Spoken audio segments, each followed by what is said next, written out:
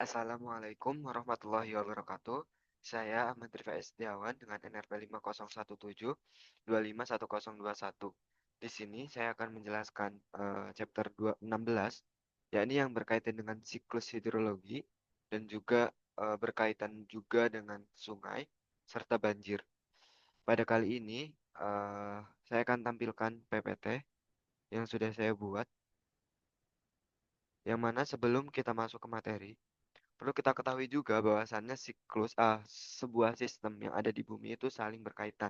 Misal, ketika ada siklus geologi, siklus hidrologi, siklus atmosfer, dan siklus biosfer itu semuanya saling berkaitan satu sama lain.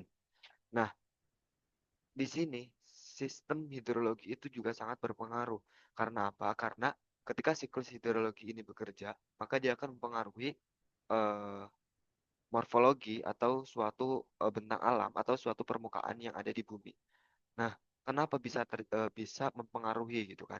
Karena di dalam siklus hidrologi ini juga udah merupakan banyak sekali sistem-sistem yang kompleks yang nantinya bisa membuat atau mempengaruhi dari permukaan atau morfologi bentukan bumi itu sendiri.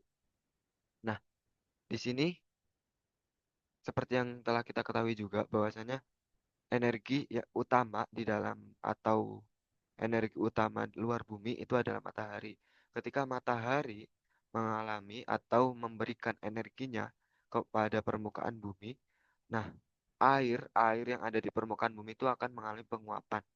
Karena ketika air diberikan kalor atau panas, dia akan cenderung menguap. Nah, ini seperti gambar di sini yang dinamakan evaporation. Terus apakah ada selain di laut atau di sungai atau di danau ya ada penguapan gitu? Ada, yaitu dinamakan transpiration atau transpirasi, yaitu suatu penguapan dari bumi yang dia tuh berasal dari penguapan tanaman gitu. Itu yang dinamakan transpiration. Kemudian kalau sudah menguap dari air baik dari sungai, laut, air dari permukaan bumi maupun dari tanaman-tanaman itu akan terjadi apa? Maka ketika penguapan-penguapan itu sudah mencapai di atas. Nah, ketika di atas itu kan dia dingin, suhunya dingin, maka dari penguapan itu akan mencapai titik jenuhnya. Titik jenuh itu ketika sudah mencapai 100%, maka uap air yang tadi sudah menguap itu akan mengalami kondensasi atau eh, perawan kayak membentuk suatu awan gitu. Ini evaporation, terus ada transpiration. Di atas ini ketika sudah mengalami titik jenuh 100%, dia akan mengalami kondensasi. Nah,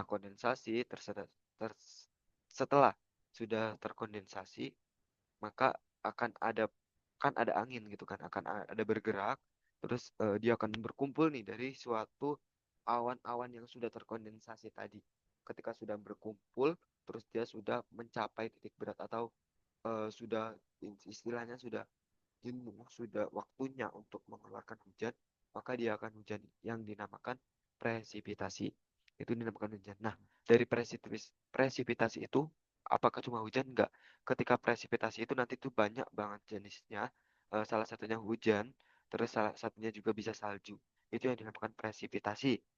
Kemudian setelah presipitasi, air hujan yang turun ketika ke permukaan bumi itu nanti juga dibagi lagi menjadi dua. Ada runoff dan juga ada infiltration. Ketika runoff, apa itu runoff? Yaitu ketika air hujan tersebut itu mengalir di atas permukaan bumi. Kemudian kalau infiltrasi, itu air-air yang sudah di permukaan itu dia bisa mengalir ke dalam tanah atau gampangannya infiltrasi itu adalah suatu aliran air di bawah permukaan tanah. Kalau runoff itu yang biasanya membentuk sungai atau aliran yang ada di atas permukaan bumi. Ini seperti ini ya, ada runoff stream. Nah, dari runoff itu dia akan dialirkan lagi ke laut. Nanti kita akan bahas lagi aliran-aliran sungai itu. Nah, yang infiltrasi ini tadi kan aliran di dalam bawah tanah gitu. Nah, ini infiltrasi masuk, terus ada groundwater, dia freshwater gitu, terus sama saja kembali ke laut gitu. Setelah kembali ke laut, laut itu kan tadi terkena energi matahari, terkena panas, dia mengalami penguapan lagi. Terus muter sampai dia membentuk siklus. Itulah siklus hidrologi yang sepanjang tahun, sepanjang waktu dia selalu bekerja gitu, siklus atau sistem dari hidrologi itu. Nah, apa sih yang terbentuk dari siklus hidrologi tersebut gitu? Kan tadi kita ada evaporasi, kondensasi, precipitation, runoff, dan infiltrasi. Nah, dari siklus hidrologi tersebut kita bisa apa namanya bisa kita lihat gitu. Yang terbentuk itu salah satunya adalah sungai. Nah, di sini sungai atau aliran runoff tadi, ketika ada hujan, terus aliran air hujan itu mengalir di atas permukaan bumi, itu dinamakan runoff.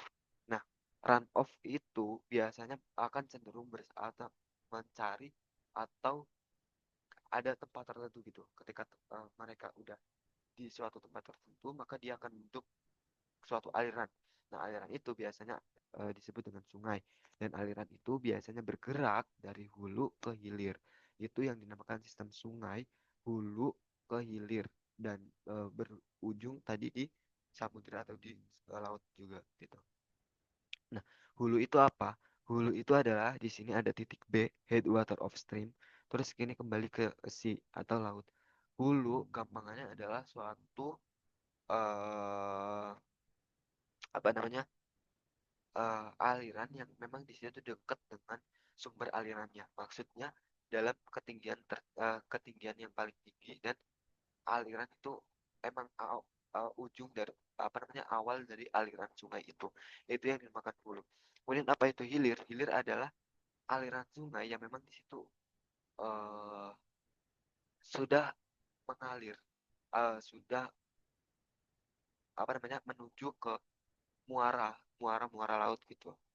Nah, hulu ini biasanya dicirikan dengan sungai yang terjal karena memang di situ dalam ketinggian dan juga dia mengalami erosi vertikal gitu, erosi vertikal dan membuat eh, dia itu nggak lebar tapi dalam gitu.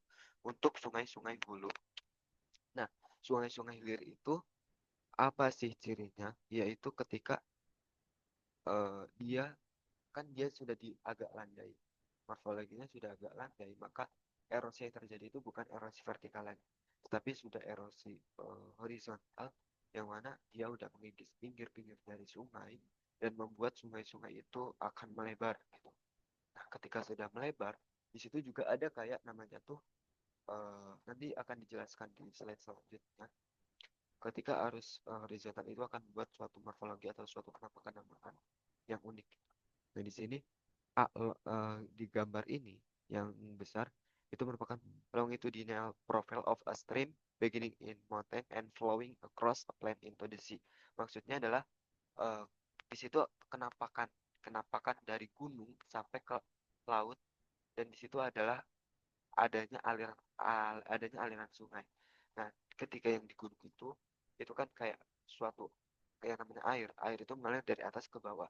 Oleh karena itu ketika air yang mengalir di atas itu yang dari atas atau yang dari hulu, kemudian dia akan bermuara di yang paling landai, yaitu di laut gitu. Nah, ini penampang longitudian Allah atau penampang horizontalnya. Teman-teman bisa lihat semuanya. Di sini bisa ada aliran gitu.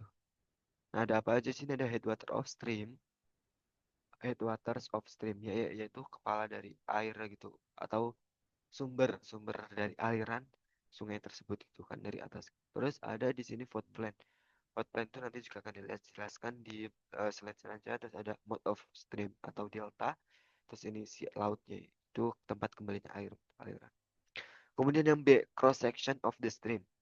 Nah, ini dari B ke B ini kalau kita apa namanya tuh kalau kita apa namanya bikin penampang gitu, penampang di antara B dan B action ini dia akan eh, kayak membentuk suatu cekungan, tapi cekungannya itu tajam gitu karena tadi yang sudah kayak saya jelaskan bahwasannya kalau di hulu itu erosi yang terjadi adalah erosi vertikal, erosi yang mengerus ke bawah dan akan membuat sungai itu terdalam. Nah, di sini sudah jelas gambar itu emang kayak dia membentuk suatu eh, pola V gitu karena itu tadi adanya aliran-aliran yang ke bawah dan menggerus gitu. Terus yang C, ada gambar C ini cross section of dari C ke C aksen itu eh kayak tadi ini tuh ada di sini penampang-penampang yang ada di hilir yang sudah seperti saya jelaskan bahwasanya di sini tuh tadi adanya erosi horizontal yang menyebabkan dia melebar atau merubah adanya sedimen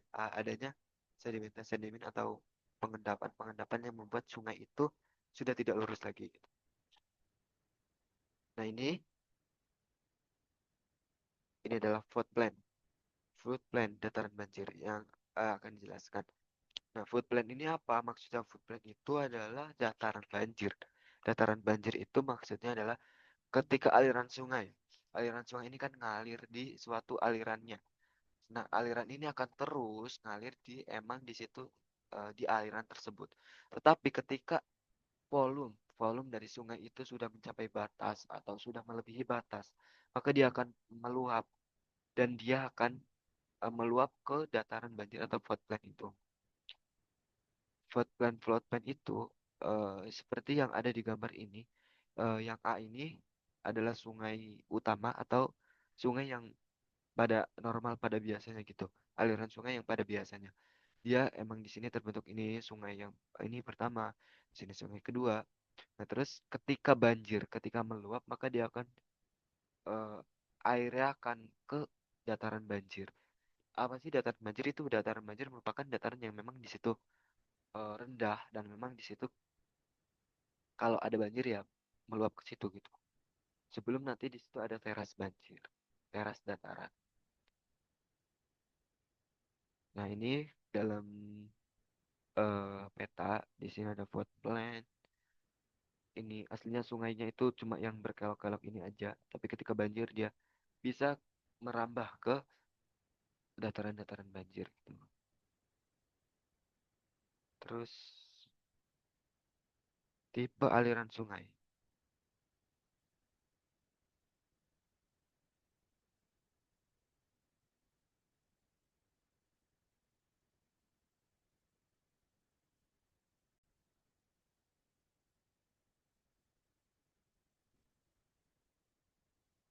Nah, di sini ada tipe-tipe dari aliran sungai tadi. Eh, aliran sungai itu dipengaruhi aliran-aliran sungai itu akan dipengaruhi oleh morfologi morfologi atau bentukan alam tempat tersebut dan eh, akan terbentuk suatu suatu pola pola aliran sungainya gitu. Nah, di sini seperti yang ada di gambar ini ada 4 jenis aliran sungai.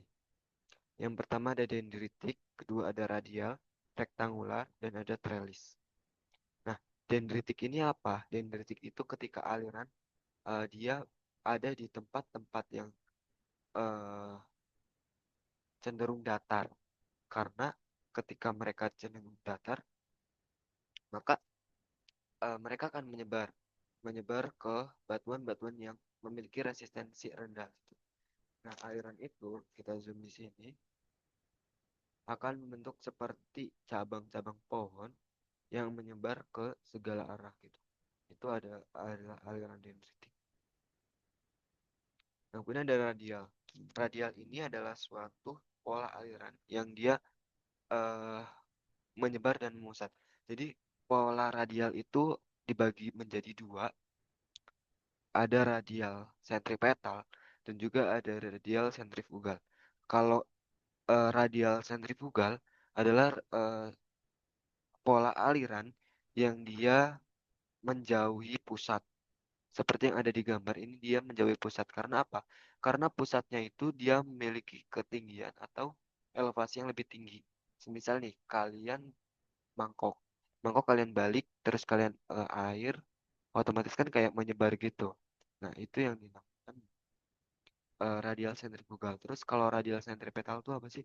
Kalau radial sentripetal itu aliran yang memusat. Maksudnya dari segala arah menuju satu pusat. Nah, karena pusatnya itu lebih rendah gitu. Ketika pusatnya rendah ya otomatis kan aliran-aliran itu akan memusat ke satu pun pusat itu gitu. Misal ini kan. Ketika ada aliran nih, aliran dari sini, dari sini, dari sini, dari sini, ketika dia udah mengalir ya, otomatis dia akan menuju ke satu tempat atau suatu lokasi. Itu yang dinamakan pola aliran radial sentripetal. Terus di sini ada rektangular.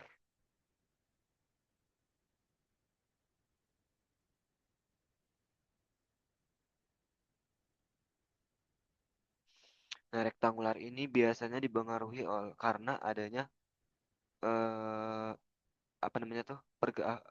Bukan pergerakan, eh proses-proses geologi atau seperti sesar gitu.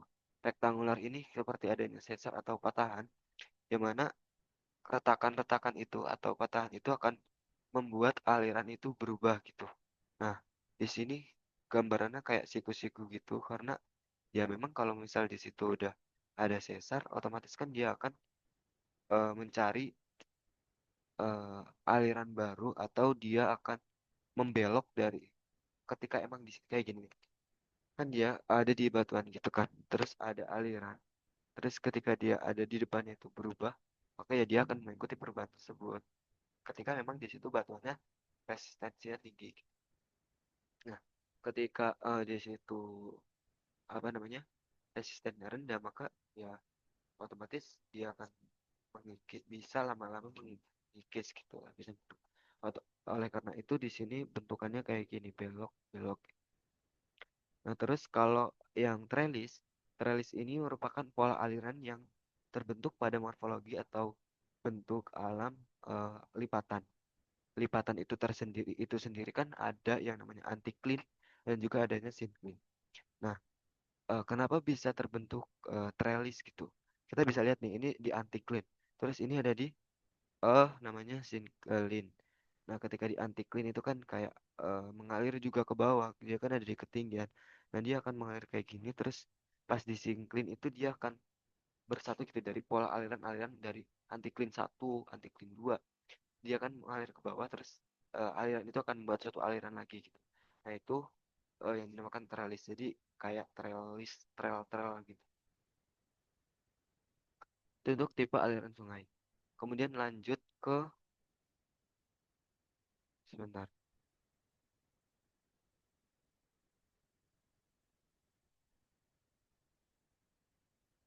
mohon maaf, ini ada gambar yang, nah ini. Nah, ini mungkin saya jelaskan di sini. Jadi, apa itu stream velocity gitu? Kecepatan aliran. Gitu.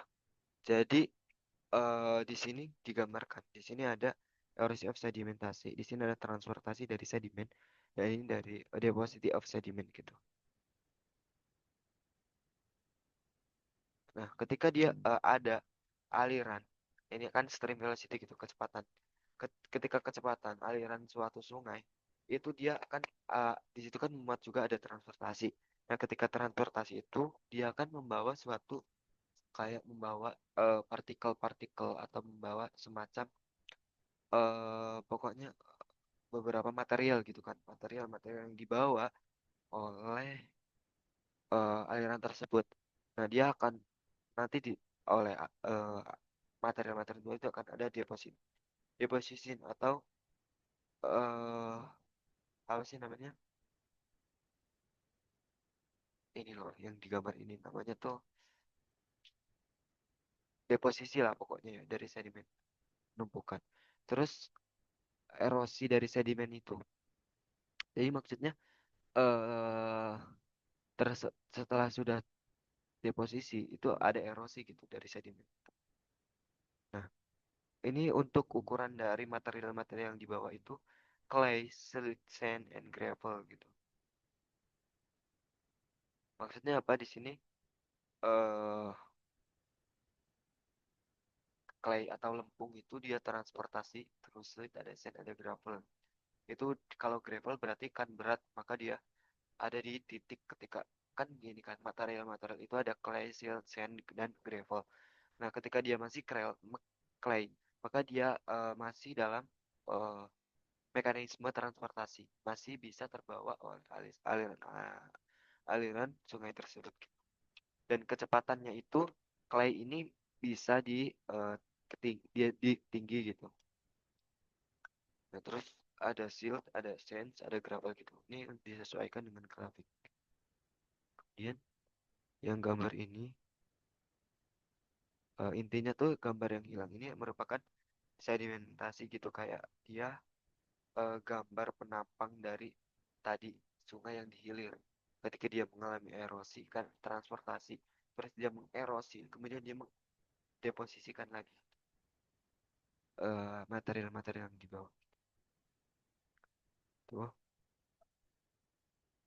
Kemudian, nah ini tadi transportasi, erosi, dan juga deposisi. Kita akan bahas satu persatu.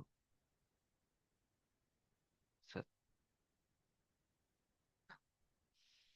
Nih, aliran air itu datang. Ini narrow channel reservoir flow. Ini adalah gambar ketika aliran air datang. Ketika aliran air datang, kita nggak tahu kecepatannya berapa. Ketika memiliki kecepatan yang tinggi, dia eh, material-material yang di bawah itu akan dideposisikan. Nah, ketika ada yang dideposisikan atau ada yang disedimentasikan di situ, ini kan alirannya kayak belok itu. Nah, ketika belok ini, dia akan menggerus atau menggesek gitu ke permukaan atau batas batas ininya, batas sungai tersebut. Kenapa? Karena di sini tuh di gambar tuh ada hadrop, jadi ada batuan keras. Ketika di batuan keras ini dia nggak bisa gitu, kayak agak sulit untuk mengerosi di bagian situ. Tapi ketika dia sudah berada di soft rock atau batu ya soft rock gitu, dia akan lebih bisa atau lebih mudah untuk mengkikis. Nah, oleh karena itu dia bisa mengkikis dan bisa mendeposisikan hasil kikisan atau material tersebut. Kalau di situ nggak ada hard rock, dia tuh misal dia akan apa namanya membuat atau mengerosi gitu lapisan yang ada gampang gitu kan erosi.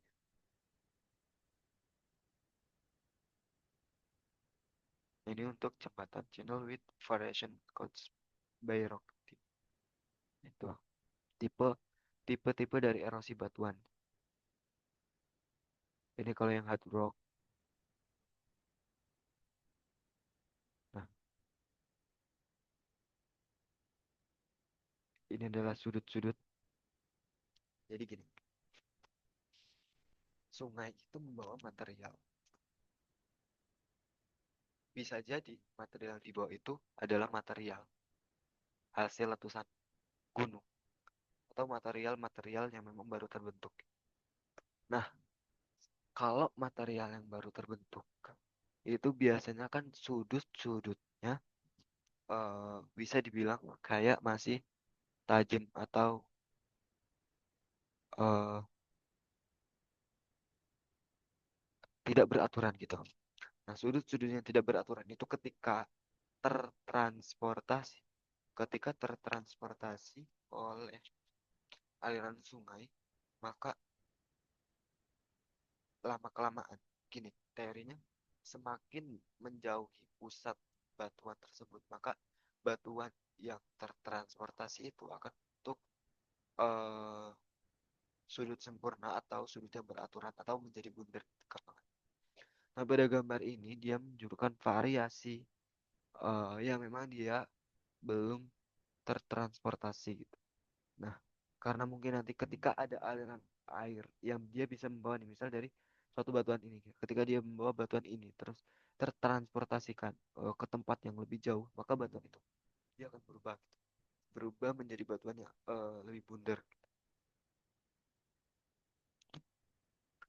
Nah, kenapa? Di sini dijelaskan mekanismenya, yaitu fracture atau patahan. Nah, ketika ada di bawah atau di dasar sungai ada suatu batu atau suatu tanah, pokoknya atau ada batu di situ kayak ada rekahan. karena adanya tekanan-tekanan atau faktor lain, dia melepas dari dasar itu, kemudian terkena arus, dia akan bergerak. Nah, ketika bergerak nanti juga akan ada penjelasan pergerakan, pergerakan transportasi di dasar laut gitu. Nah, ketika nih suatu pecahan tadi atau suatu batuan tadi yang sudah terpecah, terpindah, dia akan bergerak, terus dia akan mengalami pergerakan transportasi, dan dia akan membentuk sudut-sudut. Ini gambar ini dia kan masih runcing gini. Terus ketika dia mengalami aliran transportasi, dia akan gelinding. Rok ini akan menjadi batuan yang lebih membundar gitu. Nah, ini ideal grand. Set, ketika dia nanti tambah kecil, dia akan mengangkat gitu dan bisa menjadi pasir. Nah, ini adalah gambar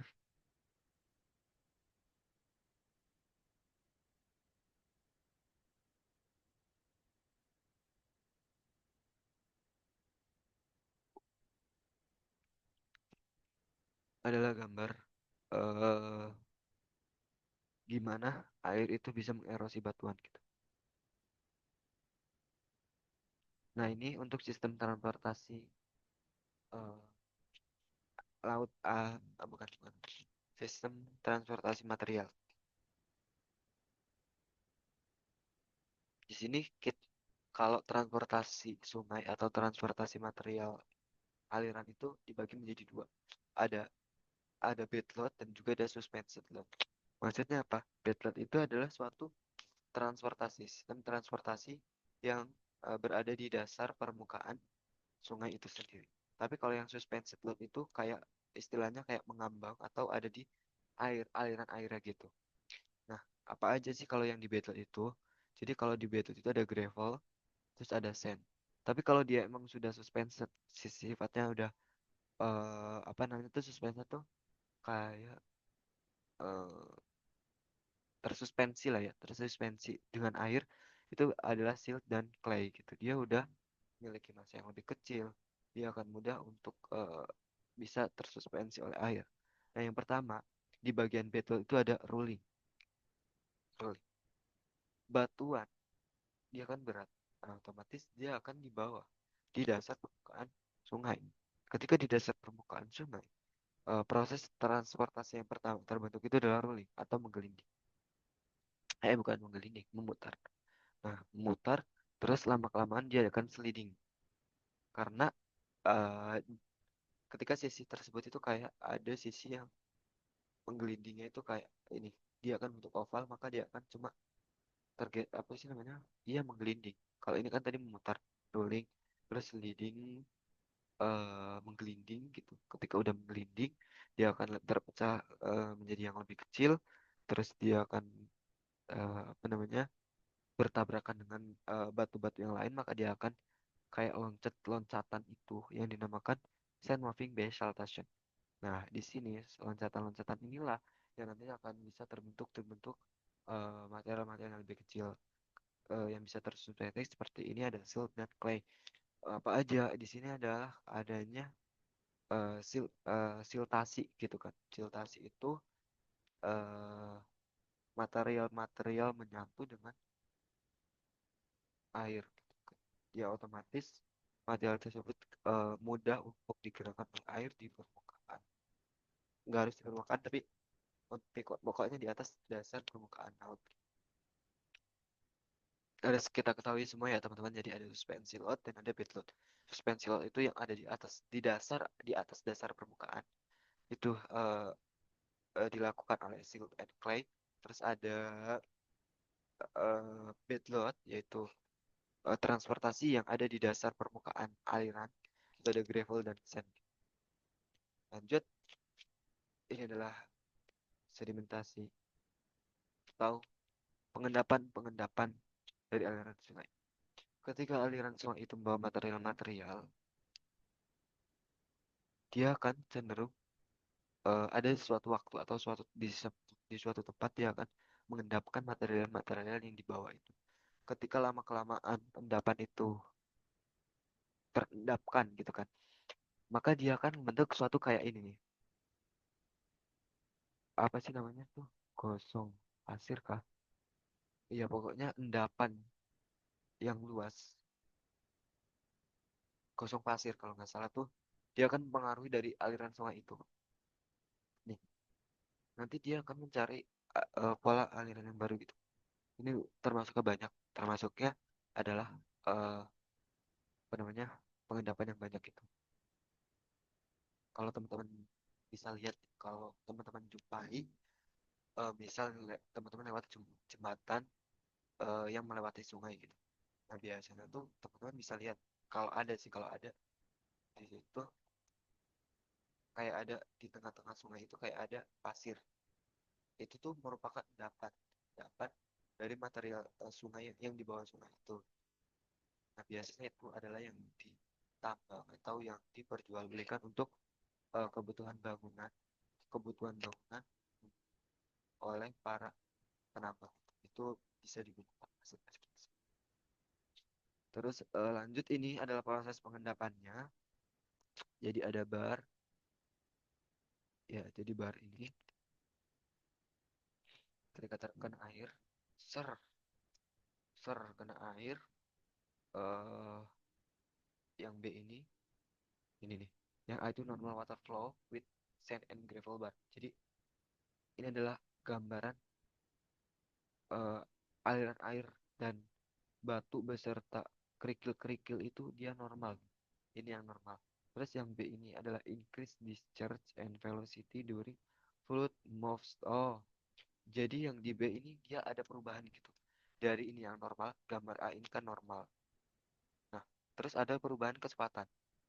Otomatis kayak misal bar-bar ini dia akan tererosi atau mengalami perubahan, terbawa gitu bahasanya. Maka oleh karena itu di tempat C, di adalah pengendapan-pengendapan yang tadi dibawa oleh Neubar Deposition. Jadi pengendapan baru yang dibawa oleh aliran baru tadi yang sudah disebutkan.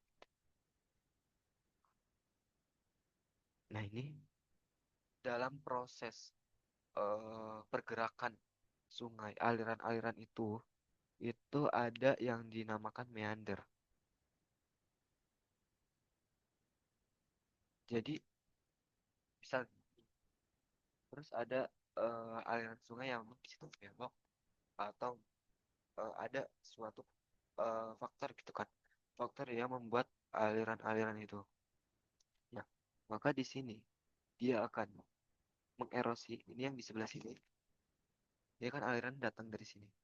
Nah, ketika aliran datang ke sini, dia kan tadinya lurus gini. Set, dia menabrak sebelah sini, sebelah sini. Ketika menabrak sebelah sini, itu ada eh, beberapa yang tererosi atau terkikis. Nah, yang terkikis ini dideposisikan atau diendapkan di sebelahnya gitu. Di sebelahnya ini, nah oleh karena itu nanti yang ini semakin luas, semakin ke kanan, dan yang ini semakin ke kiri. Jadi kayak semakin belok gitu.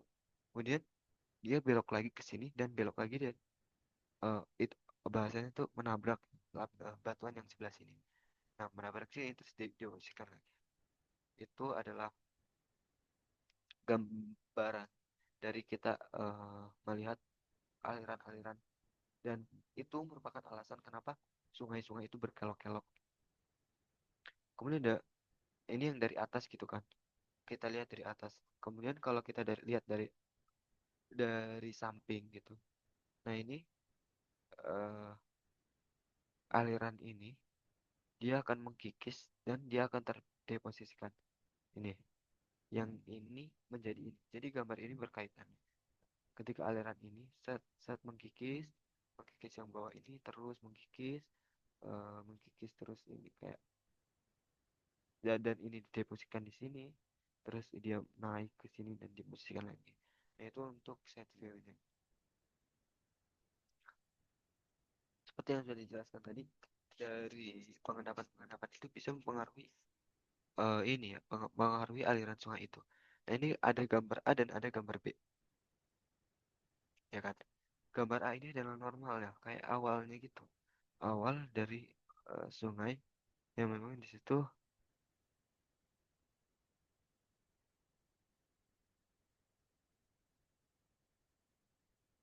alirannya ini dia eh yang tadinya lurus terus terendapkan di tengah dan dia mengikuti polanya gitu kan.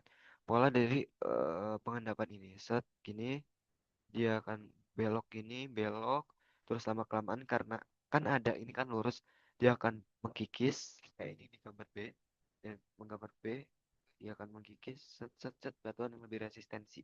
Ini gambar ini bulat-bulat ini adalah batuan yang resistensi dan yang pinggiran itu bukan. Jadi ketika dia emang terkena ya dia tererosi lagi gitu, tererosi lagi dan akan bentuk seperti ini.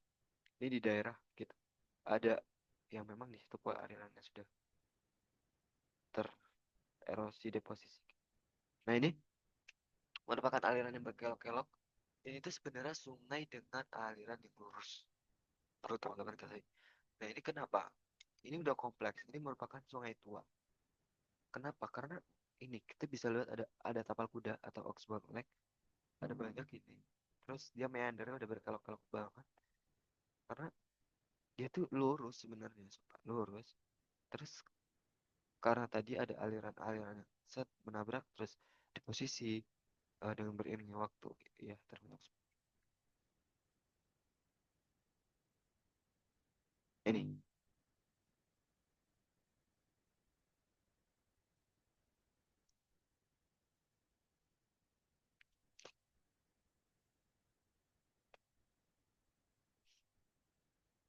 Jadi sama lah ya seperti penjelasan tadi. Ini erosi, mengkikis, terus dideposisikan, terus erosi, terus deposisi. Lama-kelamaan di sini semakin ke sini, terus ini semakin ke sini, semakin belok, semakin belok, belok, belok. Terus akhirnya terbentuklah point bars. Point bars itu adalah tempat terendapkannya, terdeposisinya erosi-erosi yang ada di Kutbing. Jadi ada Kutbing, ada Point Bear. Kutbing itu adalah eh apa namanya? Sisi sungai yang dia tererosi. Nah, karena tererosi terus terdeposisikan di sebelah sisi sebelahnya itu terbentuklah point bars gitu. Dia kan makin belok kan. Lama kelamaan dia akan eh makin parah arusnya juga. Nah, ini adalah ketika di situ aliran sungai. Itu struktur tanahnya kurang resisten gitu. Ya, otomatis akan tererosi. Oleh karena itu, kadang kita perlu pemahaman ini gitu untuk membangun irigasi atau membangun segala-segala yang ada yang kita butuhkan. Lanjut. Nah, ini adalah yang dinamakan proses Oxbow. Oxbow atau tapal kuda. Nah, tapal kuda ini sendiri terjadi atau terbentuk tadi karena adanya meander aliran sungai itu tertawa. Ini saya akan jelaskan ya. Ini yang tadinya sudah meander, sudah belok, belok, belok, belok. Kemudian ini makin belok ke sini nih. Tadi yang dinamakan Kutbeng, sini point barsnya dia semakin ke sini. Terus makin banyak di sini. Maka dia akan bentuk seperti ini. Meander neck back comes narrower. Sebelum terpisah, maka dia akan meander itu seperti ini. Nah, lama kelamaan aliran sungai ini dia akan mengikis lapisan yang tipis ini sehingga terjadilah nekot of course gitu. Aliran sungai yang baru gitu. Ini kan yang tadi kan dia harus berputar dulu.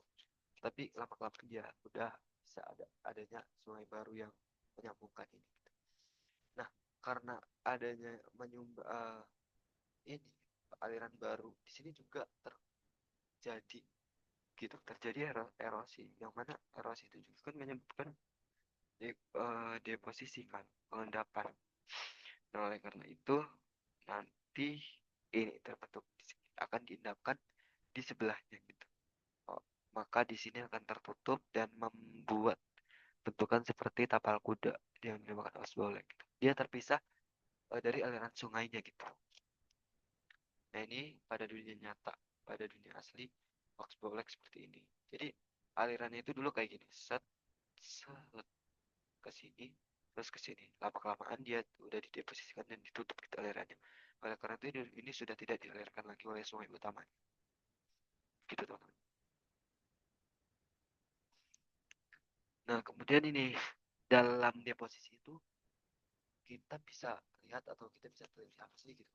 Kita bisa teliti bahwasannya eh, ketika adanya deposisi itu akan membentuk suatu lapisan kan. Nah, lapisan itu biasanya akan terbentuk dengan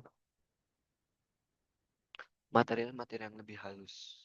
Jadi istilahnya gradasi dari yang paling kasar, agak halus dan halus gitu.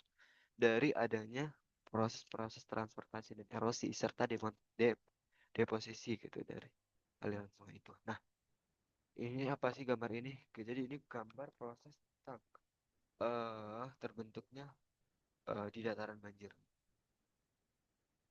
Nah, jadi ini adalah yang gambar pertama itu adalah aliran sungai normal. Terus ini adalah floodplain atau dataran banjir seperti yang sudah saya jelaskan sebelumnya. Nah, kemudian dia mengalami peluapan atau adanya volume sungai berlebih. Ketika ketika mengalami volume sungai berlebih, maka dia akan menutupi dataran banjir. Nah, ketika mengalami dataran atau ketika air tersebut mengisi dataran banjir, kan air itu tadi membawa beberapa material. Ketika dia banjir, kemudian dia akan apa namanya? Material-material itu akan ke bawah gitu atau terdeposisikan di dataran banjir. Ketika dia airnya itu udah kembali, ya otomatis dia material-materialnya akan tertinggal. Makanya di sini dinamakan backswamp. Beda dari yang dataran banjir sebelum banjir dan sudah banjir itu beda. Kemudian ada delta. Delta ini apa? Delta itu kan tadi kan kita sudah paham banget tentang transportasi sungai, kemudian transportasi tersebut membawa material-material, kemudian terdeposisi. Nah, delta itu adalah deposisi dari material itu yang ada di muara sungai.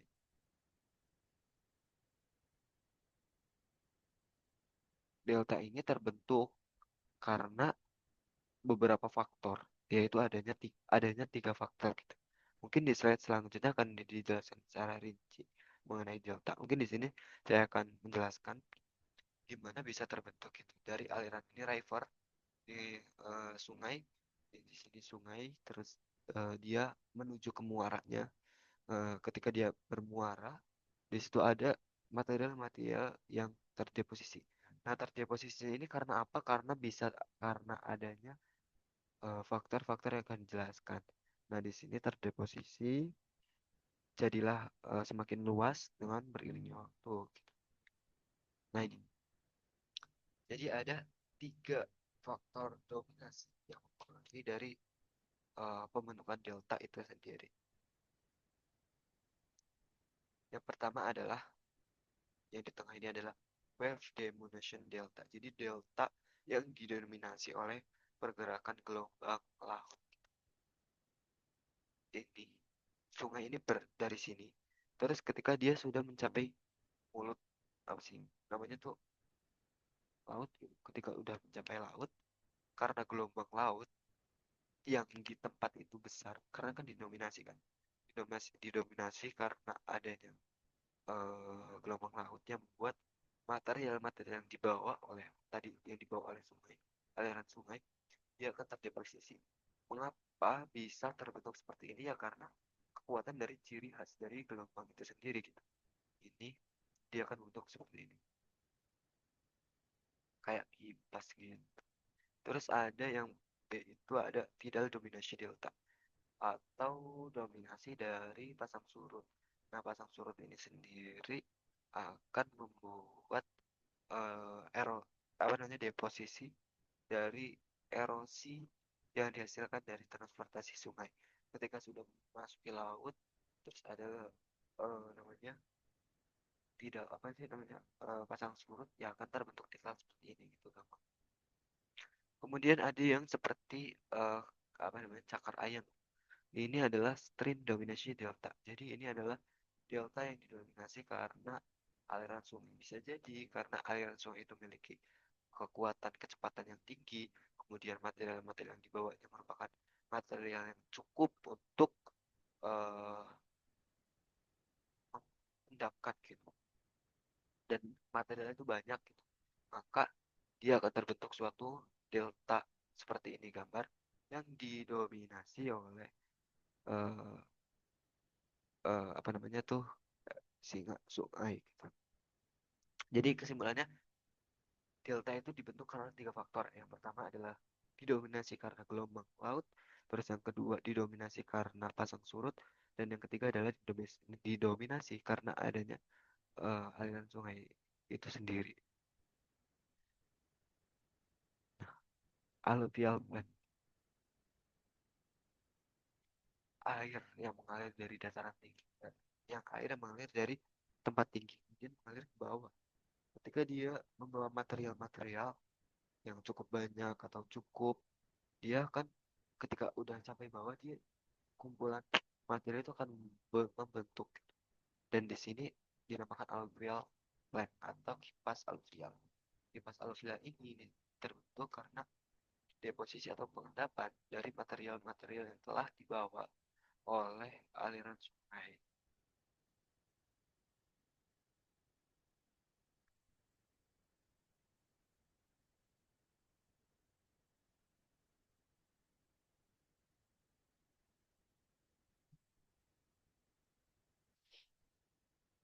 Kemudian ada banjir.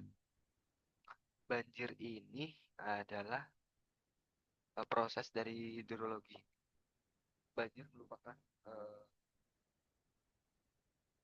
bencana ya, kalau bagi manusia itu bencana karena penguap atau peluapan air berlebih yang di situ bisa menyebabkan beberapa dampak negatif terutama bagi kehidupan manusia. Banjir sendiri itu ada banjir perkotaan dan ada banjir bandang. Apa yang membedakan banjir perkotaan dan banjir bandang? Gampangannya banjir perkotaan itu ya banjir karena disebabkan oleh drainase atau sistem pembuangan air yang kurang gitu. Karena desa itu kan desa sih, perkotaan itu kan cukup banyak kayak gedung-gedung, terus tanah udah diaspal dan segala macam. Itu sangat krusial gitu. Kalau misal drainasenya diabaikan, ketika hujan, ketika drainasenya buruk, otomatis ya alirannya nggak bisa masuk dong ke dalam tanah. Maka itu akan membentuk satu banjir-banjir besar gitu.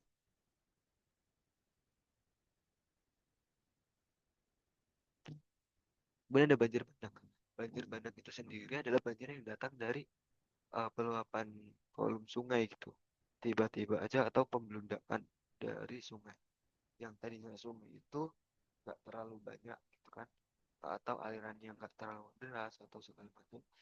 Tapi karena ada suatu peristiwa, di situ akan terbentuk aliran yang cukup deras dan bisa mengalirkan ke daerah yang jauh gitu, banyak luas jauh, itu yang dinamakan banjir bandang.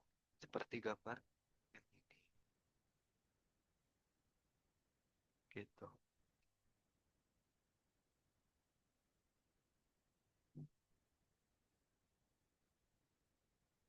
Terus ada pengikisan. Di sini ada pengikisan atau erosi vertikal. Seperti yang bisa dijelaskan ketika kita membuat penampang, lintang penampang ini, maka dia akan membentuk suatu kayak ya ini nih. Dia sebenarnya gini, tapi erosinya itu ke bawah gitu. Apalagi biasanya itu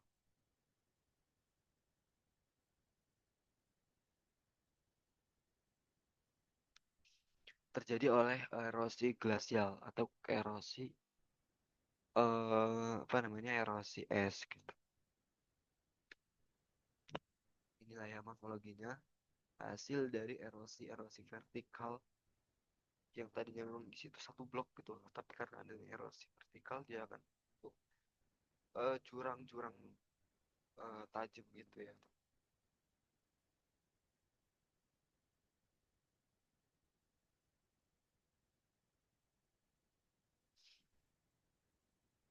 Ini vertikal, dia akan ke bawah, mengerus terus ke bawah ketika dia memang memiliki kekuatan cukup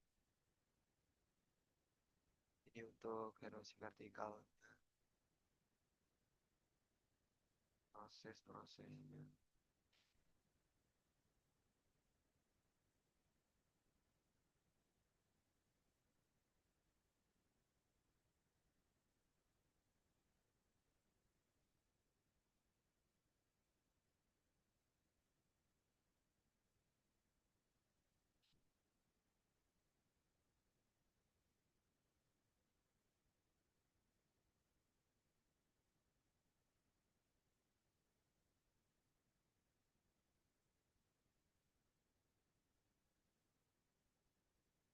Jadi yang pertama ini waterfall atau air terjun.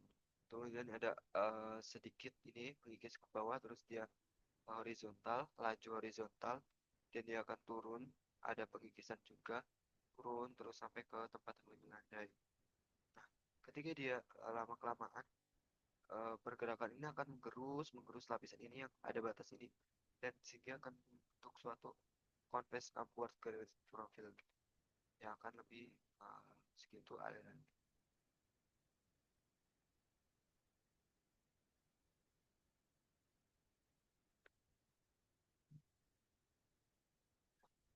Terus,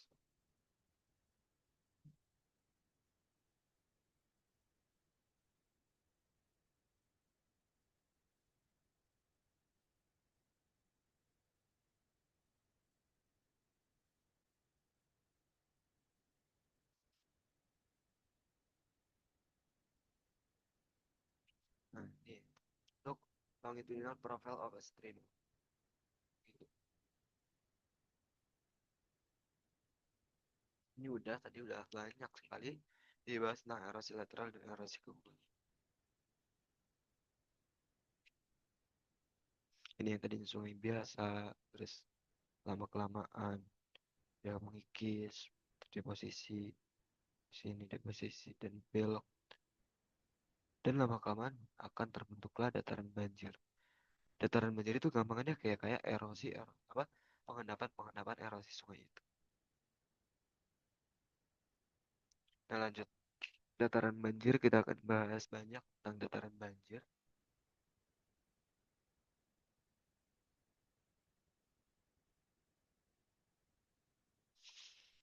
Nah jadi eh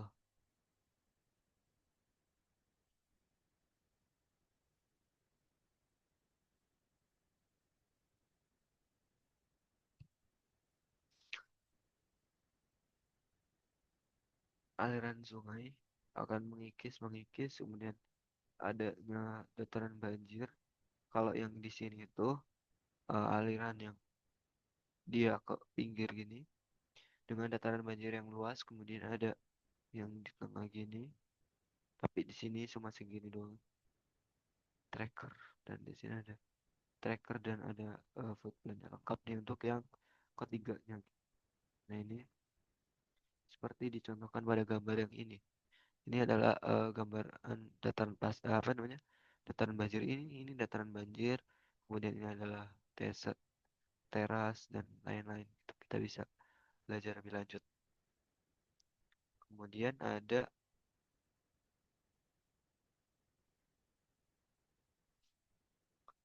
meander terpotong. Jadi meander terpotong itu adalah meander yang mempertahankan pola berlikunya saat memotong secara vertikal ke bawah tingkat di mana mereka awal terbentuk. Jadi maksudnya adalah gini, ya gampangannya oxboleck tadi sih gitu caranya. Dan mekanismenya juga sama. Nah, ketika meander ini terus dia belok dan lama kelamaan di sini juga bisa eh tererosi dan terdeposisi. Gitu.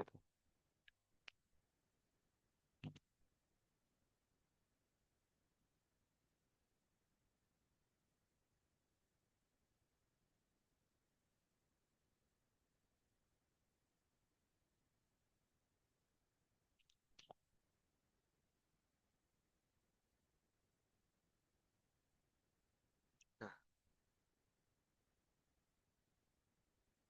ada yang ketinggalan sepertinya.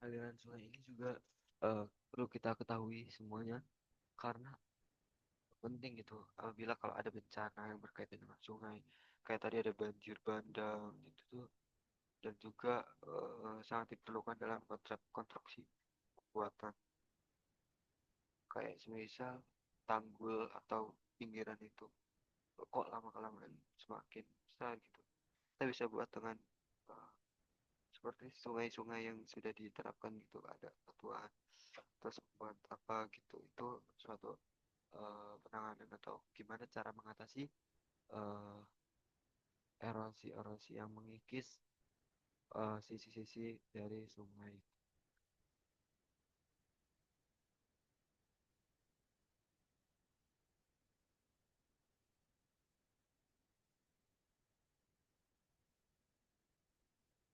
Banyak di daerah-daerah itu kayak mereka memanfaatkan kan deposisi apa namanya tuh pengendapan-pengendapan tadi di sungai kayak buat industri apa namanya tuh perusahaan pasir gitu-gitu. Nah, syukur.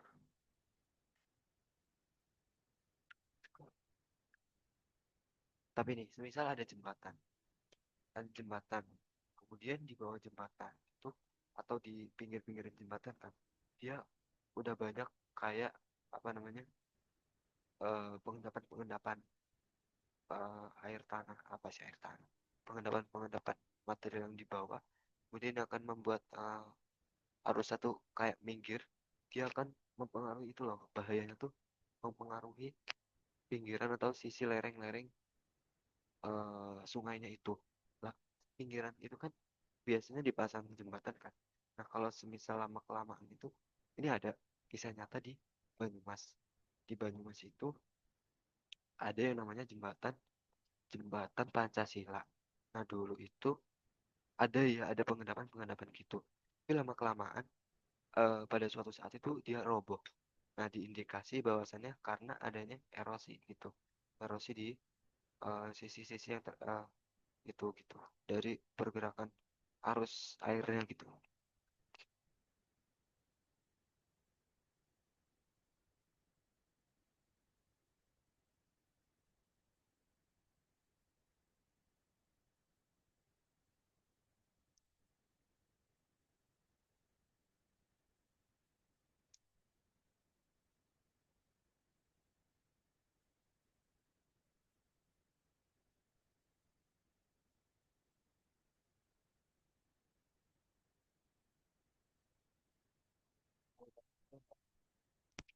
Harapannya adalah setelah kita mengetahui, memahami ilmu-ilmu kebumian, itu harapannya kita bisa lebih beradaptasi atau lebih bisa memahami lingkungan untuk bisa menjaga keselamatan dari bencana-bencana yang memungkinkan terjadi.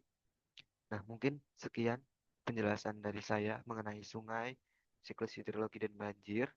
Semoga eh, semoga ada sedikit dari yang saya sampaikan ada yang bermanfaat dan mungkin banyak kesalahan dari pemahaman saya 100% dan saya bersungguh-sungguh minta maaf. Eh, terima kasih banyak yang sudah menonton sampai akhir. Eh, wassalamualaikum warahmatullahi wabarakatuh. Saya Ahmad Rifai Setiawan, NRP 5017. Sampai ketemu di chapter selanjutnya.